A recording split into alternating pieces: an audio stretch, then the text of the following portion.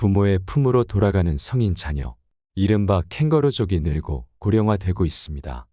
한국보건사회연구원의 6월 보고서에 따르면 만 19세에서 49세 성인 남녀 중 29.9%가 부모와 동거 중이라고 합니다. 미혼 성인 자녀의 64.1%, 미취업 성인 자녀의 43.6%가 캥거루였고 40대라 해도 미혼자는 48.8%가 부모와 함께 살고 있다고 조사되었는데요. 만원과 비혼의 풍조가 퍼지고 취업난과 주거비 부담이 겹치면서 자녀들이 독립하지 못하고 있는 것으로 풀이되고 있습니다. 사실 캥거루족 증가는 세계적 추세이기도 합니다.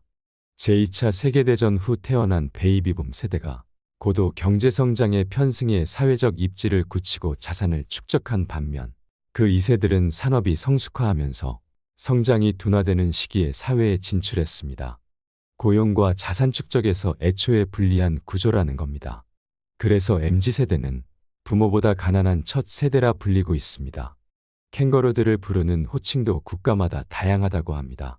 일본에서는 부모에게 기생하는 독신이라는 뜻의 파라사이트 싱글, 미국에서는 키덜트, 캐나다에서는 직장 없이 떠돌다 집으로 돌아왔다고 부메랑 키즈, 영국에서는 부모 퇴직금을 축낸다는 의미에서 키퍼스, 여기에 결혼하고 일단 독립했다가 주거비와 육아의 어려움 때문에 부모 집으로 들어오는 리터루족까지 있다고 합니다.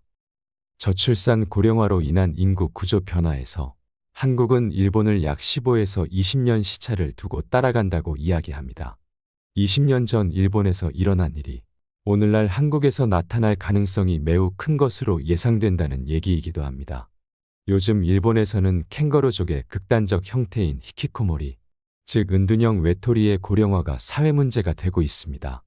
1990년대 취직 빙하기에 캥거루족이 된 잃어버린 세대가 그대로 나이를 먹으면서 향후 사회 부담을 예고하고 있는 것인데요. 그들의 부모인 7080 세대가 언젠가 고령으로 사망하면 그들의 연금에 기대던 4050 자녀들은 생계가 끊기는 일마저 생길 것을 우려하고 있습니다.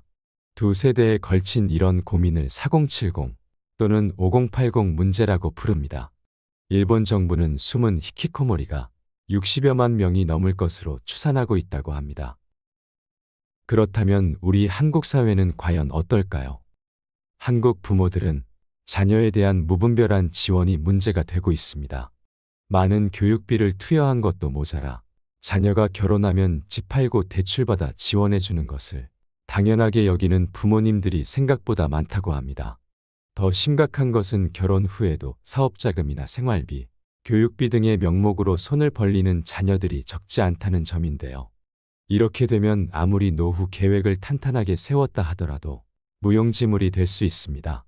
우리 주변에는 자녀들의 등살에 내가 번 돈 내가 다 쓰고 죽겠다며 세웠던 부모의 노후 계획이 흔들리는 슬픈 이야기들이 넘쳐납니다.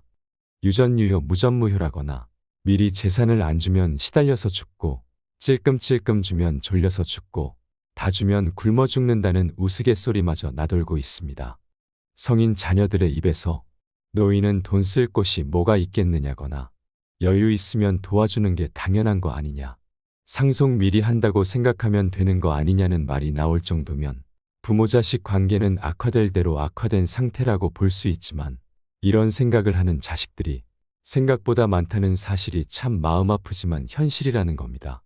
하지만 평소 자녀 리스크에 대비할 것을 누누이 강조해온 은퇴 전문가들은 노후 자산을 너무 쉽게 내어주다가는 자칫 부모와 자녀 세대가 함께 무너질 수 있다고 미리부터 경고하고 나섰습니다.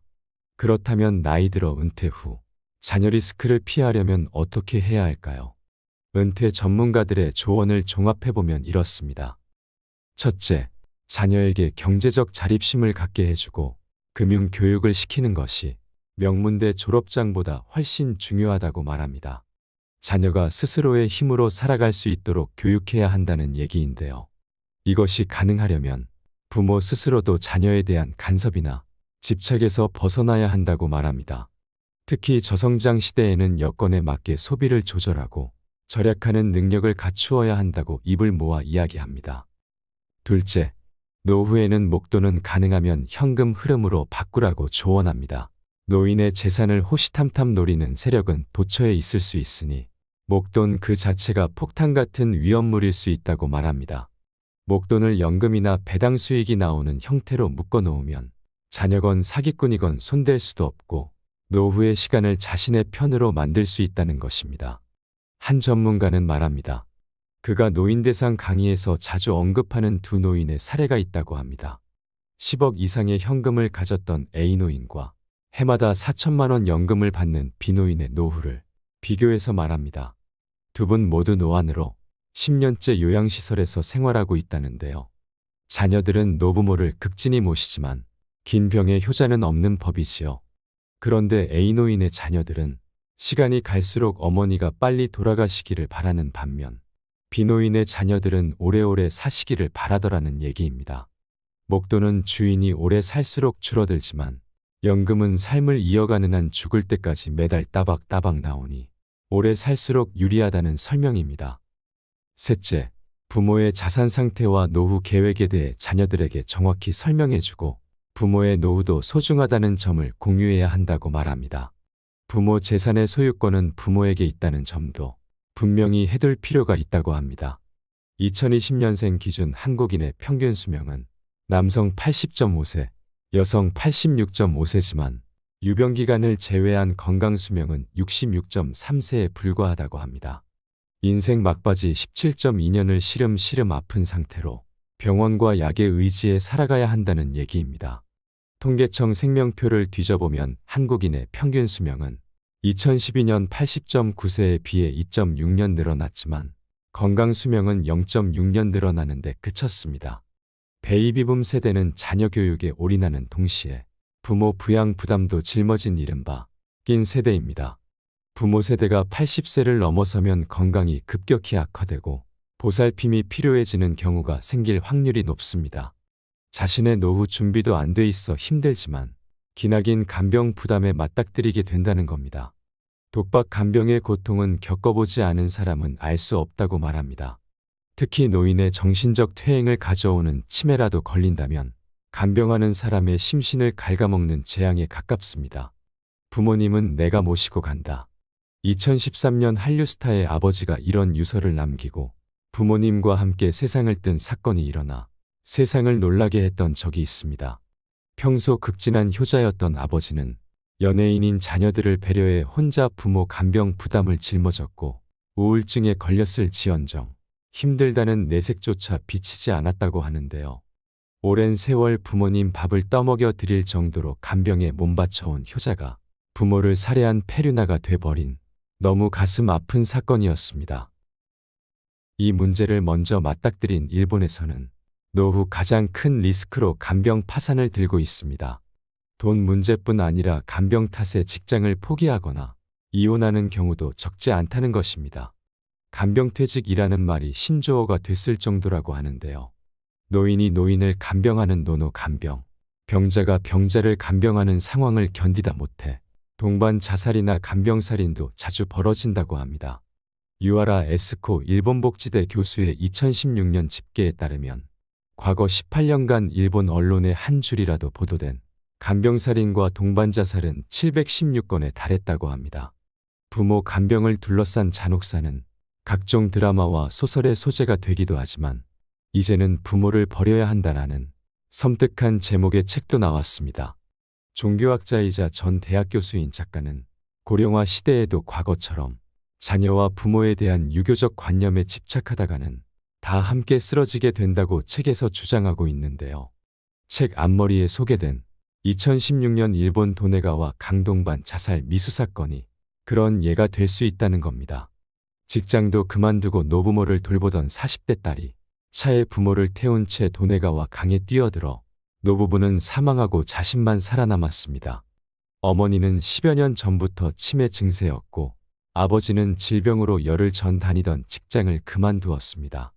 사건이 벌어진 날은 가족이 생활보호를 신청해 통과된 날이었다고 합니다. 오랜 간병 생활로 심신이 피폐해지고 비관에 찌든 아버지가 다 함께 죽자고 제의했고 딸이 동의했다고 합니다. 작가는 이런 유형의 사건이 흔하다 보니 이 사건은 매스컴에서 제대로 다뤄지지도 않았다며 딸이 부모를 일찌감치 버렸다면 이 같은 비극은 막을 수 있었다고 주장합니다. 만약 직장까지 그만두고 희생을 자처한 딸이라는 보호자가 없었다면 노부부는 더 일찍 더 많은 지역사회에 보살핌을 받을 수 있었을 것이고 부모 살해라는 가족의 비극은 막을 수 있었다는 얘기인데요. 이와 같은 사건은 한국 사회에서도 심심찮게 뉴스로 접할 수 있는 이야기입니다. 여러분들은 이 작가의 주장에 얼마나 공감하시는지 모르겠습니다. 노인 간병은 길게는 10년 넘게 이어질 수 있습니다. 간병 때문에 직장이나 결혼 등 자신의 삶을 포기해서는 안 되는 이유입니다. 독박 간병은 사람을 피폐하게 만들기 쉽습니다. 데이케어 센터, 방문요양, 요양병원, 요양원, 간병인 등 동원 가능한 사회적 지원을 모두 활용할 생각을 해야 합니다. 혼자 모든 짐을 짊어지려 하지 말고 다른 가족이 있다면 그들의 관심과 도움도 최대한 이끌어내야 합니다. 세월이 흘러 현재의 5060 세대가 간병이 필요해진다면 어떨까요? 5060 세대는 대체로 형제가 여럿이어서 간병의 부담을 나누어 질 수 있었지만 자녀 세대는 한두 명에 불과합니다. 자녀가 결혼을 해도 각자 자기 부모의 간병조차 버거울 것임을 알 수 있습니다. 최악의 상상이지만 70대 부모와 90대 조부모가 모두 간병이 필요한 경우 자녀 세대 각자에게 4명분의 부하가 걸릴 수도 있다는 이야기가 될 겁니다.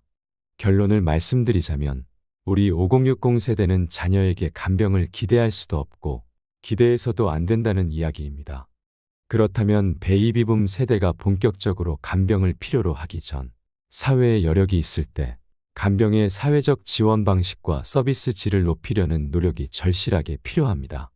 노후를 살아갈 다양한 공간과 방식에 대한 연구도 동반돼야 할 것입니다.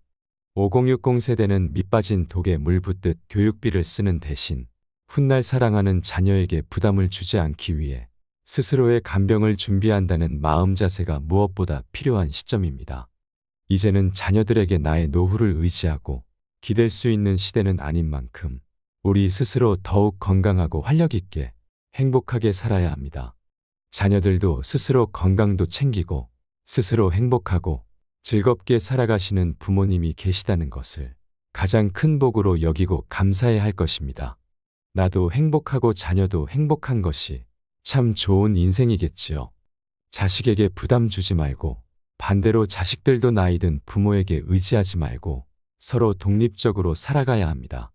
나이 들었다고 집에만 머물지 마시고 자주 바깥 나들이도 하시고 계절이 오고 감을 느낄 수 있도록 친구도 만나시고 여행도 가시고 좋아하는 일도 찾아서 하시고 무엇이든 배우고 싶은 것이 있다면 배우시면서 행복한 날들로 채워가시길 간절히 소망하겠습니다.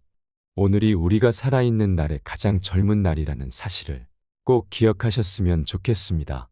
그리고 어제 떠나간 이들이 그토록 살고자 했던 오늘이라는 사실도 잊지 않으셨으면 좋겠습니다. 오늘 하루가 우리에게 선물이자 기적이 될 수 있었으면 좋겠습니다. 어떤 삶을 살아오셨든 여러분들의 삶을 존경하며 어떤 하루를 보내든 만족하며 감사한 하루가 되길 소망합니다. 이상으로 시니어를 위한 모든 것 시니어 톡톡이었습니다. 더 유익한 내용으로 찾아오겠습니다. 이번 내용이 도움이 되셨다면 구독과 좋아요 부탁드립니다. 감사합니다.